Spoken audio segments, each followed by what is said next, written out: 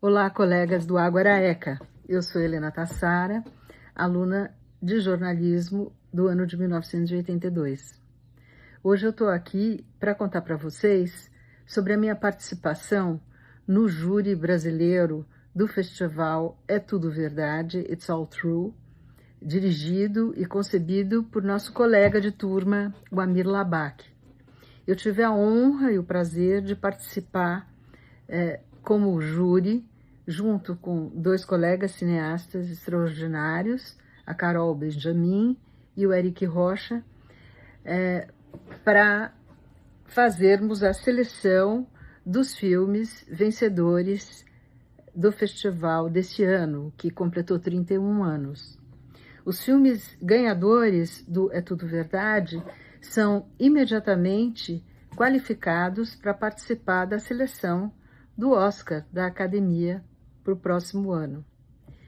Esse ano a gente teve uma seleção extraordinária de filmes e acabamos decidindo que, além do prêmio principal, a gente daria menções honrosas para filmes que não podiam ser premiados, né? A gente tem que escolher só um, o que é uma tarefa, ao mesmo tempo, muito boa, mas muito difícil. Nesse ano de 2026, os filmes que estavam em competição no Festival É Tudo Verdade mostraram a força e a vitalidade do cinema documental brasileiro, tanto nos longas quanto nos curtas. É um conjunto de obras que desenham um panorama pulsante do documentário brasileiro contemporâneo, em que as formas narrativas se reinventam, mas mantendo o rigor, a liberdade e não deixando de fora o risco, né, a ousadia. São filmes atravessados por gestos autorais, contundentes, que afirmam, numa pluralidade de perspectivas, a potência criadora de um cinema que está em permanente transformação. Desse campo de tensões emerge um cinema múltiplo, indisciplinado e profundamente comprometido com seu tempo. Foi isso que nós vimos na seleção completa de 7 longas-metragens e 9 curtas-metragens, de uma seleção de, mais de 300 filmes inscritos. Entre os curta-metragens, nós destacamos uma menção honrosa para um filme dirigido por Sofia Leão, chamado Filme Copacabana, pela ousadia da proposta, pelo uso inventivo do som como um eixo da montagem, que articula afetos e corpos na construção de um retrato sensível do território múltiplo que é o bairro de Copacabana, no Rio de Janeiro. Um filme bastante ousado, experimental, muito interessante, nascido na universidade também. Uma segunda menção honrosa foi dedicada ao filme dirigido por Cléa Torres e Gilson Costa, chamado Divino, Sua Alma, Sua Gente, pela força singular desse personagem, um líder indígena, diretor de cinema chamado Divino, que está em cena ao longo do filme todo, transformando o seu gesto de filmar num gesto de memória e de permanência da identidade indígena da sua comunidade. E o filme é muito interessante porque ele incorpora o próprio processo de descoberta e de realização na narrativa, fazendo uma reflexão sobre a imagem, sobre o tempo e sobre a continuidade desse espaço-tempo identitário. E o filme que foi vencedor, dirigido por um jovem cineasta pernambucano chamado Douglas Henrique, se chama Os Arcos Dourados de Olinda. Um filme que se destacou pela irreverência, pelo humor, na construção de uma narrativa bastante lúdica, que vai surpreendendo o espectador, reinventando o uso de material de arquivo. Com muita liberdade, muita invenção, o filme vai construindo uma crítica ao imperialismo, ao mesmo tempo afiada e desarmada, e que assume sem nenhum medo o popular, o clichê e as contradições da própria identidade que ele está mostrando, não é? É um filme muito interessante porque ele parte de uma história que é a história do único McDonald's, a lanchonete McDonald's, que faliu, que se tem conhecimento que faliu, e isso aconteceu na cidade de Olinda. E aí ele faz então uma reconstrução dessa relação da cidade de Olinda por que isso teria acontecido. Muito bacana. Entre os longa-metragens que concorriam ao É Tudo Verdade de 2026, o júri, por unanimidade, decidiu destacar e conceder uma menção honrosa para o filme dirigido por Rafael Saar, chamado Apocalipse Segundo Baby, que trata da grande cantora e artista brasileira Baby Consuelo, ou Baby do Brasil. O filme trata de forma visceral e autêntica da personalidade dessa protagonista, que é a Baby, e a sua persona performática, incorporando à própria forma do filme a sua força, a sua energia e a sua pulsação. Ao evocar a memória da música popular brasileira, que a Baby carrega consigo, né?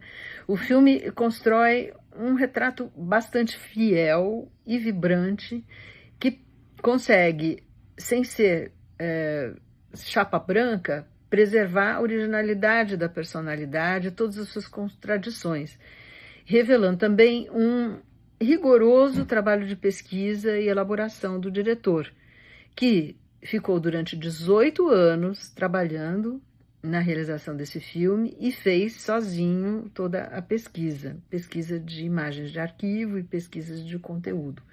Aliás, o uso dos materiais de arquivo é feito com bastante rigor, com bastante cuidado e muito respeito pelo realizador, o que merece ainda mais uma nota de distinção.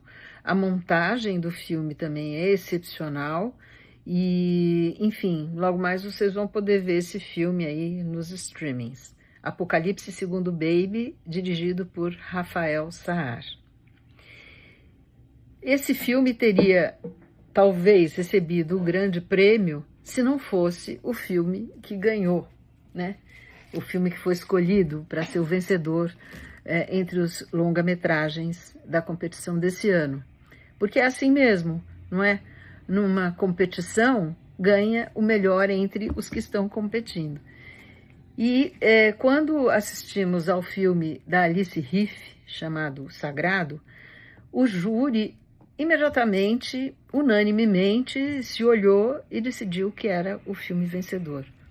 É um filme que afirma, com rara precisão, um cinema que mostra que a política se inscreve na forma, no gesto e nas relações do cotidiano.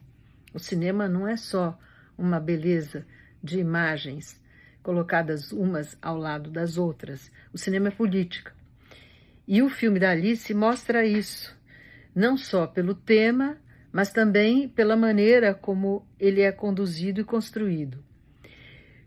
Sem recorrer a qualquer artifício, o filme sustenta do título ao último plano uma direção bastante segura, rigorosa, profundamente consciente dos meios que ela está utilizando e para que aquilo serve. Ao escolher uma estratégia narrativa fundada na escuta, na observação, no respeito radical pelos personagens, que são professores, funcionários e crianças de uma escola municipal de educação infantil na cidade de Diadema, o filme constrói uma experiência em que o invisível se torna presença sensível. Em nenhum momento a gente vê a imagem de nenhuma criança, mas as crianças estão presentes do começo ao fim, do primeiro ao último plano. É interessante pensar assim, mas isso só dá para entender ao ver o filme, a não ser que eu faça algum spoiler aqui. Ela usa um material de arquivo muito sutil, que prescinde de qualquer explicação, E aí o filme vai se organizando numa espiral até alcançar, no final, um plano-sequência de grande potência, conduzido pelas vozes das crianças em off. Nesse gesto muito simples, apenas na aparência, porque é muito sofisticado do ponto de vista da narrativa, o filme se afirma como uma obra de rara integridade, em que a elaboração estética e a potência política estão indissociáveis, ou são indissociáveis. Bom, para finalizar, eu convido a todos, aqueles que ainda não conhecem e não acompanham o festival É Tudo Verdade, It's All True, o Festival Internacional de Documentários, um dos mais importantes do mundo e certamente o mais importante do Brasil. Ele costuma acontecer todos os anos, no início do ano, por volta do mês de abril. Fiquem ligados, porque a cada ano é uma seleção extraordinária de filmes, tanto os filmes em competição, nacionais como estrangeiros, como mostras paralelas, retrospectivas, o estado da arte. Além disso, o festival costuma acontecer junto com uma série de palestras e debates, onde a discussão sobre os rumos do documentário no mundo e no Brasil são discutidas por especialistas, cineastas do mundo todo que vêm para o Brasil para participar. Então é isso. Muito obrigada. E logo mais esses filmes que ganharam o festival devem estar nos streamings ou nos cinemas perto de você. Tá bom?